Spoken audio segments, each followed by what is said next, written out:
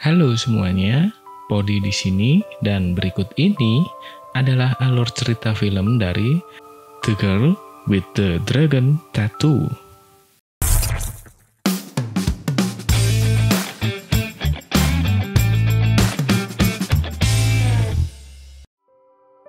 Film ini menceritakan tentang seorang jurnalis suatu majalah bernama Michael Blomqvist yang mendapatkan tuntutan hukum dari Wennerstrom Group dengan 16 tuduhan pencemaran nama baik. Serta seorang hacker wanita bertato naga bernama Lisbeth Salander yang mendapatkan tugas dari firma security untuk menyelidiki Michael Blomqvist.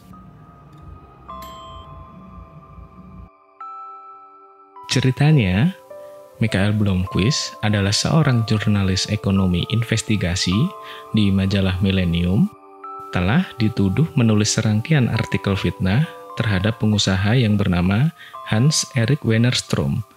Dia pun dituntut diharuskan membayar denda uang senilai $67.000 Amerika sebagai ganti rugi.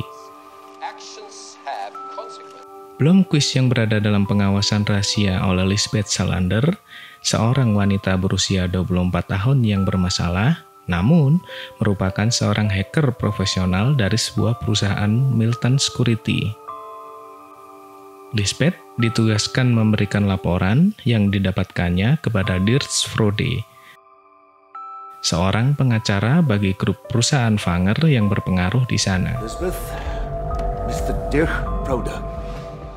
Setelah identitas didapat Dirk Frode, Blomqvist kemudian diundang untuk dipertemukan dengan pengusaha yang bernama Hendrik Fanger, pemilik grup perusahaan Fanger, dengan maksud untuk meminta bantuan Blomqvist untuk menyelidiki hilangnya keponakannya pada saat remaja yang bernama Harriet pada hari anak di tahun 1966, 40 tahun yang lalu. Karena Hendrik Fanger meyakini tidak hanya percaya bahwa Harriet telah dibunuh, tapi dia juga mencurigai keluarga besarnya sebagai dalang pembunuhan Harriet atas dasar perebutan harta warisan keluarga mereka. Freedom League when he was 17. Ketika Lisbeth masih ditugaskan untuk mengawasi Blomqvist, dia juga bermaksud mengawasi Hans-Erik Wennerstrom, pria yang melaporkan Blomqvist dengan dugaan pencemaran nama baik dan artikel berita palsu tersebut. Di saat menjalankan tugasnya tersebut, Lisbeth mendapat kabar bahwa wali pengawas Lisbeth terserang sakit stroke dan harus dirawat di rumah sakit. Karena parahnya sakit yang harus diderita wali pengawasnya tersebut, akhirnya dinas sosial memutuskan bahwa Lisbeth harus ada wali pengawas dan pendamping yang baru.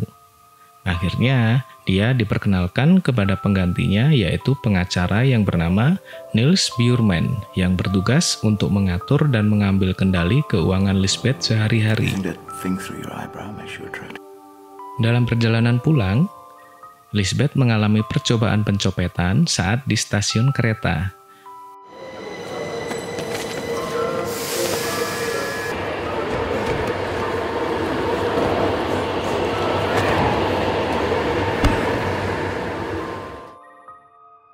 Meskipun berhasil menyelamatkan tasnya, tapi laptop yang dia miliki rusak akibat dari benturan saat berebut dan menyelamatkan tasnya dari pencopet itu. Setelah dapat kepastian dari tukang servis bahwa laptop yang dia miliki telah rusak dan tidak bisa dipertahankan lagi, suatu malam, Lisbeth bermaksud meminta uang ke pengawasnya yang baru, Niels Bjurman, untuk mengganti laptopnya yang rusak. Tak disangka, Bjurman malah menyuruhnya untuk melakukan seks oral padanya dalam pertukaran untuk memberikan sebagian uang yang dia butuhkan untuk mengganti laptop tersebut. Akhirnya dengan terpaksa, karena kebutuhan dia akan laptop yang digunakan untuk pekerjaan dia sehari-hari, Lisbeth pun menuruti keinginan bejat Bjurman tersebut. Marah akan hal itu, Lisbeth berencana menjebak Bjurman dengan merekam video perilaku bejatnya ketika dia bermaksud untuk meminta uang hariannya. Dengan alasan uang untuk makan, Lisbeth pun pergi ke rumah Bjorman untuk meminta uang tersebut dan merencanakan aksi penjebakannya. Hal yang tak terduga kembali dialami oleh Lisbeth hari itu. Bjorman malah memperkosa Lisbeth dengan brutal saat itu. Dengan kaki dan tangan terikat, Lisbeth tidak bisa berbuat apa-apa saat Bjorman melakukan aksi bejatnya tersebut. Apa yang Lisbeth rencanakan berada di titik tengah antara gagal dan berhasil. Gagal karena dia syok apa yang dia alami hari itu, dan berhasil karena dia mendapatkan video rekaman perkosaan yang ia alami.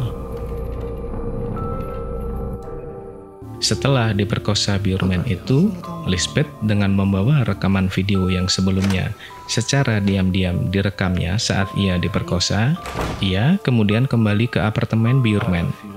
Setelah menyiksanya, ia memeras Bjorman yang memungkinkan dirinya untuk memperoleh kembali akses keuangannya sendiri dan untuk mengakhiri pengawasannya. Kalau Bjorman tidak menuruti permintaannya, ia akan menyerahkan bukti kebejatannya kepada pihak yang berwenang. Saat perseteruan Lisbeth dengan Bjorman mereda, Lisbeth berencana melanjutkan misinya untuk terus mengawasi dan memantau Mikael Blomkvist. Di sisi lain, akhirnya Blomkvist memutuskan untuk membantu keluarga Fanger dalam mencari kebenaran di balik hilangnya ponakan Hendrik Fanger itu, dan kemudian pindah ke pondok rumah perkebunan yang dekat dengan rumah milik Fanger. Di awal investigasinya, Blomkvist mulai memeriksa seluruh anggota keluarga Fanger. Dengan bantuan informasi dan catatan harian yang digali dari Hendrik Fanger dan Inspektur Morel, anggota polisi yang menangani kasus ini 40 tahun yang lalu. Kemudian Blomkvist mengunjungi Martin yang adalah kakak kandung dari Harriet. Dari informasi yang didapat dari Martin, hilangnya Harriet sangat mempengaruhi keadaan di keluarga besar Fanger, mulai dari perusahaan hingga mental psikologis dari Hendrik Fanger sendiri. Keesokan harinya, Blomkvist dikunjungi oleh Cecilia, yang adalah putri dari Harald Fanger, adik dari Hendrik Fanger. Menurut keterangan yang didapat dari Cecilia, bahwa saudari dia yang bernama Anita adalah orang yang paling dekat dengan Harriet bila dibandingkan dengan yang lainnya, karena Anita seumuran dengan Harriet saat itu. Like I said. Karena Anita berada di London, tak lama setelah itu Blomkvist pun akhirnya terbang ke London untuk bisa bertemu dengan Anita, dengan harapan bisa menggali informasi yang lebih mendalam dari orang yang paling dekat dengan Anita. Dari keterangan Anita bahwa Anita tidak begitu akur dengan keluarga besar Fanger, dan dia ternyata kabur dari keluarga besar Fanger saat berumur 18 kala itu. Kemudian, dengan berbekal dokumentasi foto pemberian Hendrik Fanger dan kantor berita majalah setempat, Blomkvist menggunakan foto yang diambil selama pawai hari anak, ternyata menemukan sesuatu yang ganjil seperti terlihat bahwa Harriet telah melihat seseorang yang mungkin adalah seseorang yang membunuhnya. Ketika anak dari Blomkvist datang berkunjung, dengan maksud untuk mengabarkan bahwa dia akan belajar di sekolah Injil. Ketika hendak pulang, putrinya malah berpesan tentang ayat-ayat Injil yang telah tertulis di salah satu meja rumah Blomkvist tersebut. Tidak menyadari akan hal tersebut, kemudian Blomkvist berusaha mencari tahu apa maksud dari perkataan putrinya tersebut. Dari berbekal keterangan Inspektur Morel dan catatan yang dimiliki Blomkvist mengenai pembunuhan seorang wanita di masa lampau, ada secerca harapan kasus ini akan terkait dan akan bisa terungkap. Di saat keadaan makin menunjukkan titik terang, Blomkvist meminta seorang rekan yang bisa membantu dirinya untuk mengungkap kasus ini.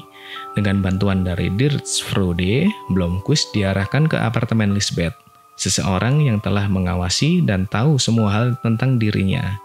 Dan dia pun berharap bisa meyakinkan Lisbeth untuk bisa membantu dirinya mengungkap kasus yang ditanganinya. Disinilah awal mula pertemuan Blomkvist dengan Lisbeth untuk pertama kalinya secara tatap muka. Dengan ancaman yang diberikan kepada Lisbeth karena telah mengawasi dirinya selama ini, akhirnya Lisbeth mau menjadi rekan untuk membantu Blomqvist dalam mengungkap pembunuhan seorang wanita ini. Tak butuh waktu lama bagi Lisbeth untuk bisa melakukan penyelidikan ini, dan dia segera menemukan jejak dari pembunuhan berantai di tahun 1949 di Swedia. Mulai dari keterangan yang terjadi di kasus pembunuhan tersebut, semua berasal dari ayat-ayat kitab suci Perjanjian Lama. Bahkan, nama-nama korban itu adalah nama yang diambil dari ayat-ayat itu. Dan fakta yang mengejutkan terakhir adalah bahwa mereka dari semua korban pembunuhan berantai itu adalah orang-orang Yahudi. Di hari berikutnya, Blomqvist dan Lisbeth pun percaya bahwa pembunuhan mereka termotivasi oleh antisemitisme. Mereka awalnya percaya bahwa Harald Wenger adalah pelakunya, karena dua saudara Wenger lainnya sudah meninggal pada saat Harriet menghilang. Kemudian, mereka berdua pun membagi tugas masing-masing. Lisbeth melakukan pencarian melalui catatan bisnis Wenger untuk melacak Harald, sementara Blomqvist menyelidiki ke rumahnya. Saat Blomqvist berada dalam perjalanan ke rumah Harald Wenger, di sebuah hutan, Blomqvist mendapatkan tembakan yang nyaris mengenai kepalanya. Namun, dia berhasil lolos dan pulang dengan selamat. Di lain kesempatan, saat Blomqvist dalam melanjutkan penyelidikannya, menemukan sebuah dokumentasi dan fakta baru yang mengarah ke Martin, yang tak lain adalah kakak dari Harriet. Bermaksud untuk menggali informasi yang lebih mendalam mengenai keterlibatan Martin atas hilangnya Harriet, Blomqvist secara diam-diam pergi ke rumah Martin untuk mencari tahu.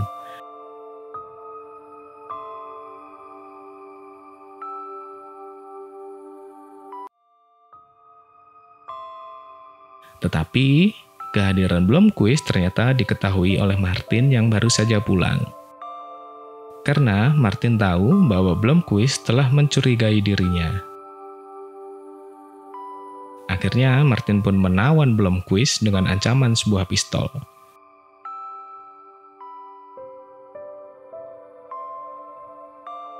Sementara itu, Lisbeth telah menemukan bahwa Martin dan ayahnya adalah orang yang bertanggung jawab atas pembunuhan berantai di masa lampau, di mana dia menemukan dua foto yang sama. Di foto itu, sweater biru yang dipakai Martin sama dengan yang dipakai orang yang ditakuti Harriet di fotonya. Lisbeth pun kembali ke pondok untuk menemukan Blomqvist yang sudah tak ada di rumah. Blomqvist kemudian terbangun dan menemukan dirinya telah terikat di gudang milik Martin. Martin akhirnya mengakui kalau dia yang melakukan pembunuhan, namun dia membantah telah membunuh Harriet. Sementara ia berusaha membunuh Blomqvist, Lisbeth muncul dan menyerang Martin menggunakan tongkat golf. Sementara dia membebaskan Blomqvist, Martin melarikan diri dengan mobilnya. Lisbeth pun segera mengejar dengan sepeda motornya.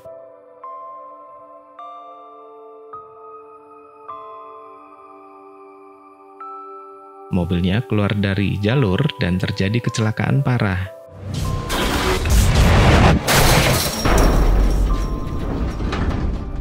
Kemudian, saat Lisbeth mencoba mendekati mobil yang dikendarai Martin itu, terjadi ledakan yang sangat besar, sehingga menyebabkan tewasnya Martin dalam kecelakaan dan ledakan hebat itu. Setelah kejadian itu, Blomqvist kemudian bertemu dengan Henrik untuk menginformasikan dan melaporkan bahwa Martin bukanlah pembunuh Harriet. Saat kembali ke pondok, Blomqvist menduga bahwa Harriet saat ini masih hidup. Dan saksi hidup yang bisa dimintai keterangan saat ini adalah hanya Anita. Blomqvist pun segera terbang ke London, dan dugaan yang dia kira ternyata adalah benar. Blomqvist menemukan Harriet yang hidup dengan memakai nama sepupunya Anita yang sudah lama meninggal. Dia pun kembali ke Swedia untuk bertemu kembali dengan Henrik. Di kantornya, Harriet mengungkapkan bahwa dia yang telah membunuh ayahnya, di mana ayahnya bersama Martin telah memperkosa dirinya. Takut atas kehidupannya ketika ia melihat Martin di parade hari anak, ia kemudian melarikan diri dengan bantuan Anita.